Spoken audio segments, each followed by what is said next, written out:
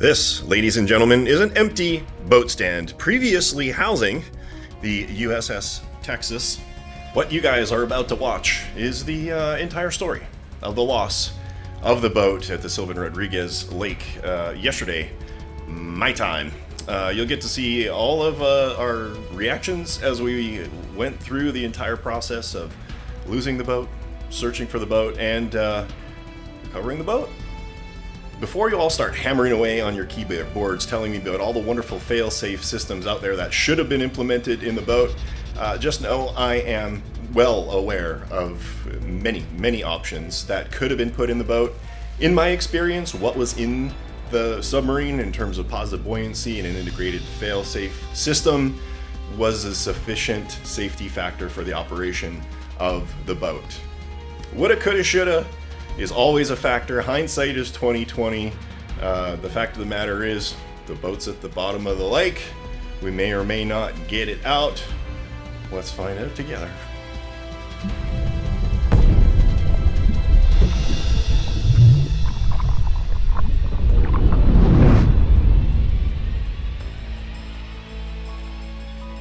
All right, boys and girls, we are out at Silven Rodriguez Park in Houston, downtown Houston. All right, so this is Fitz's bait boat. You should have brought some bait. We could have seen what kind of fish are hanging out here. For turtles? Oh, it's an actual bait boat. Yeah. When there's a hopper in the middle, and the little door opens up. I was thinking it was a model of a commercial bait boat that goes out to fishermen and gives them. No, this is a commercial bait boat. And they drop the bait with a hat, right? Yes, yeah. Yeah, bring it closer and I'll flip the hatch. Can you see it? Did you get that, Bob? Yep. Oh, I dig it. You do have reverse, so you can actually. Oh, yeah, it's got reverse, yeah. And I guess you guys drop little boats too. If you got a little. Yeah, there you go. Boat, I could drop it in there. A little mini sub. Or a little mini sub. That'd be cool. Eddie's at sea. We brought a bunch of boats. We got Crow, we got Virginia, and we got, where's my hand? The G5. We're gonna get all of them in the water, but first of all, the most important one, we gotta get Virginia in the water and tested to make sure that it's working for the customer who's coming, I don't know, in a week or two. I don't know, he's coming soon to pick it up, right from the house. It's powered up. We did a quick bench test. Everything looks good. Let's get it in the water. So we're gonna do what I normally do, keep the boat close to shore, surface run, just testing conventional steering, no APU. What a cool looking boat that is. Oh, Virginias are great on the surface. Gonna do the circle, bring it back in, and then we're gonna do another lap, or maybe not a full lap, but we're just gonna test the auxiliary pump to see what that does, both on itself and in conjunction with the conventional steering as well. But this is full surface trim at about half throttle. If you guys attended my talk on trimming that I had on Dive Tribe, or watched the video, the standalone video that I did, we talked about boats that have very little freeboard, specifically in the stern. And this is one of those boats. The stern is all full of foam. There's nowhere to put any additional foam. It was sitting high in the back, and so the solution I came up with was to add some weight to the ASDS, but the ASDS is balanced neutrally, so it imparts weight on the surface but none submerged. So we get to a perfect water line here, and back up, there we go. All right, stationary. Time for the APU. So this is only using the auxiliary pump for propulsion right now.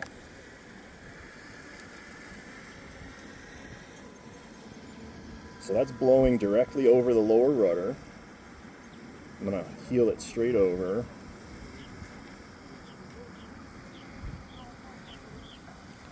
Is it turning? Yeah, slowly. It is slowly. These waves aren't helping matters very much. The wind is actually blowing straight on it. It's actually helping it turn stationary. No, you're getting a slow I mean, it just involves patience, and you probably would not have.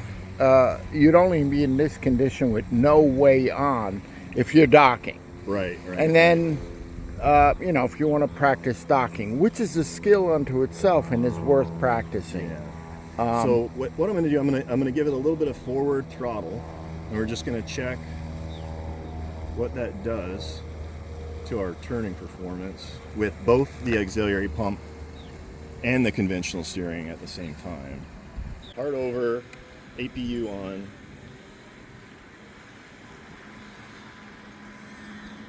And theoretically, it should have a tighter turning circle and come in further away from shore. I think it's tighter. All right, we'll know. We'll know in a moment. In this purely scientific test that we're doing. Hey, it looks good to me. I'd say that's a yes. That's a yes. Yeah, that's a significant It difference. knocked. That's a significant difference. Yeah. And, you know, of course, you know, you can show the footage of what it passed by before, but this is a significant improvement. I mean, it's still big. It's still a big turning Yeah, radius. but, you know, learn to drive the boat. So this is the battery voltage, the reception signal, and the current draw. Right now I'm at the same, probably 2/3 throttle, and I'm only pulling 400 milliamps on the current sensor. So now if I click on my APU, I wonder if it's on. The amps aren't changing. It may be minimal that it can read, okay? I mean, it still looks like the nice tight turning radius you had before. And it was obviously working. That pump just not pulling very many amps. Maybe not. Back to the laboratory, and we will check what it draws. Yeah. All right. Well, I'm gonna finish this turn, and then as we come in, I'm gonna submerge. Ooh. So at full throttle, it jumps to 3.6. Okay, 3. So that's what I like about reading current draw. I don't pay attention to my stick position. I keep an eye on the actual current I'm drawing. Shut off. Ooh, there's something about the current draw I don't like. Wonder if the switch that he's got. See, I can cycle the power and it comes back. I'll bet you it's the internal fuse on the remote switch. Yep. Because they're not made for high current. That's why I use it to cycle an automotive 20 amp relay. Yeah. Okay. So with the pump going, it's drawing 4 amps. I've still got full power. I know it's an extra component added to the system. I mean, these things are, I thought they were rated at 10 amps. But I like... The one I use is 15. I don't know what he used. I think Oh. they're 10. Oh. See, I like 20 amp as my limiting. So we're watching for the spout. There we go. There she blows. Okay. She not be the white whale, though. Move on. So I'm just keeping it above until we get straightened out. Yeah. Again, we're being safe. And Maiden voyage is always the other safe. issue, we are at a fun float. There are no rules, so you have to mind the other traffic.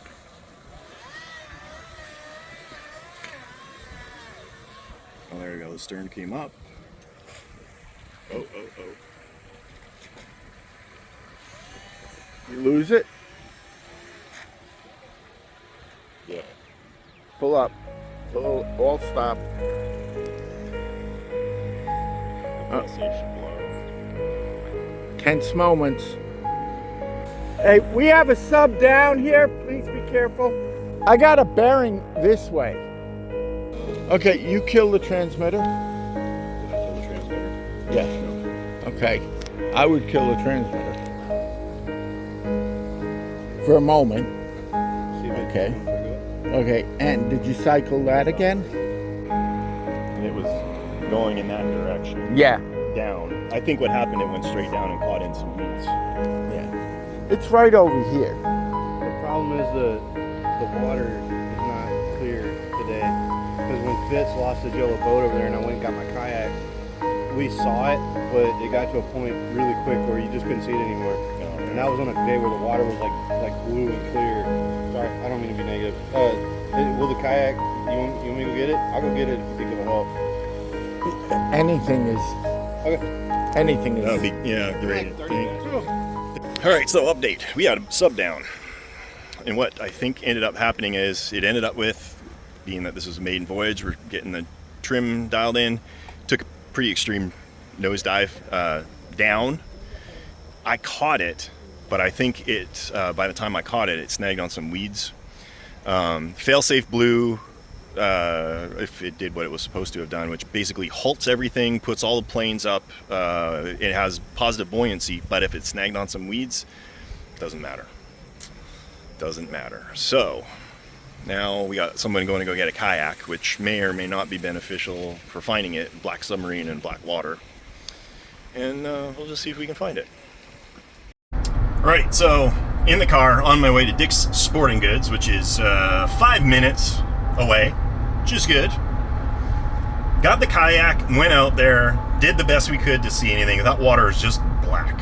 Just black. So there is no way in hell we're gonna spot it from the surface. The surface reflections are way, way, way too bright. I'm just worried that the water clarity is gonna mean I can't see anything within 2 or 3 feet of me, but you know, it's a $4,000 submarine, so we're gonna make the best effort that we can. Use the left 2 lanes to turn left onto Gulf Freeway. Gonna grab a mask, grab some flippers and a snorkel, and just give her the best shot. You know, all of this stuff I have at home, and this is definitely a case of do as I say and not as I do. No matter if you think you're operating in safe water or not, pack as though you're packing for every eventuality. Just do it, people. Dick's Sporting Goods. It smells nice in here for a sporting goods store. Staff's super helpful. He's going to check in the back for mask and snorkel. The only thing they had out here was well, goggles. So I want a mask, I want a snorkel, because I'm a crap swimmer. I tend to sink really, really well. And there we go. The RCSubGuy is literally becoming the RCSubGuy in rescue of the USS Texas. So Bob is looking for it. He's about the right distance. I would suggest he go to the right. And Bob is. How's the water? We'll get back to this. All right, so I'm covered in palm scum. That didn't work at all. There's zero visibility in the water. Call the dive school. They might have somebody that they can bring out. They might. He's gonna let us know. In the meantime, we're just gonna keep running boats. You turtle, go get my boat. Make yourself useful. Don't just look at me. Turn around, swim out, and get my boat. You cheeky little booger. There's Ed's torpedo boat. He may have found a home for it with one of the guys that was out here. So they're testing it now. Holy heck, look at that thing go.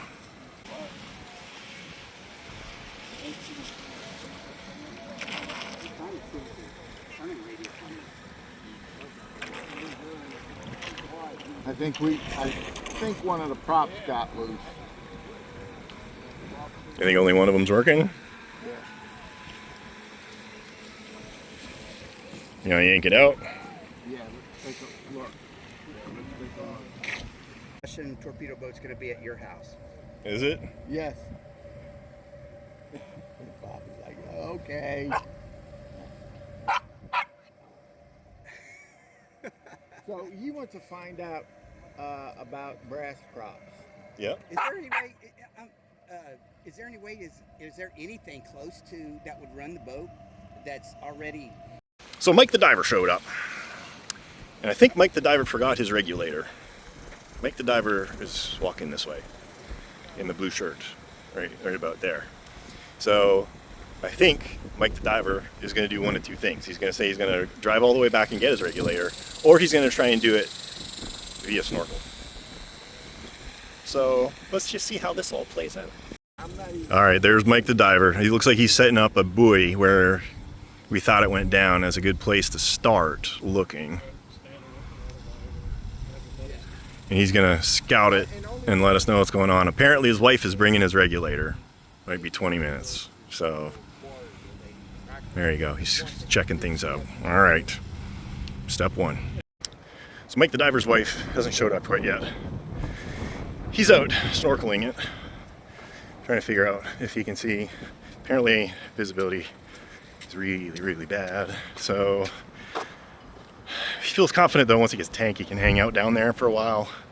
It'll be a completely different scenario. But for now he's just kind of aimlessly wandering around the buoy that we put where we thought it was. So fingers are crossed. Professional.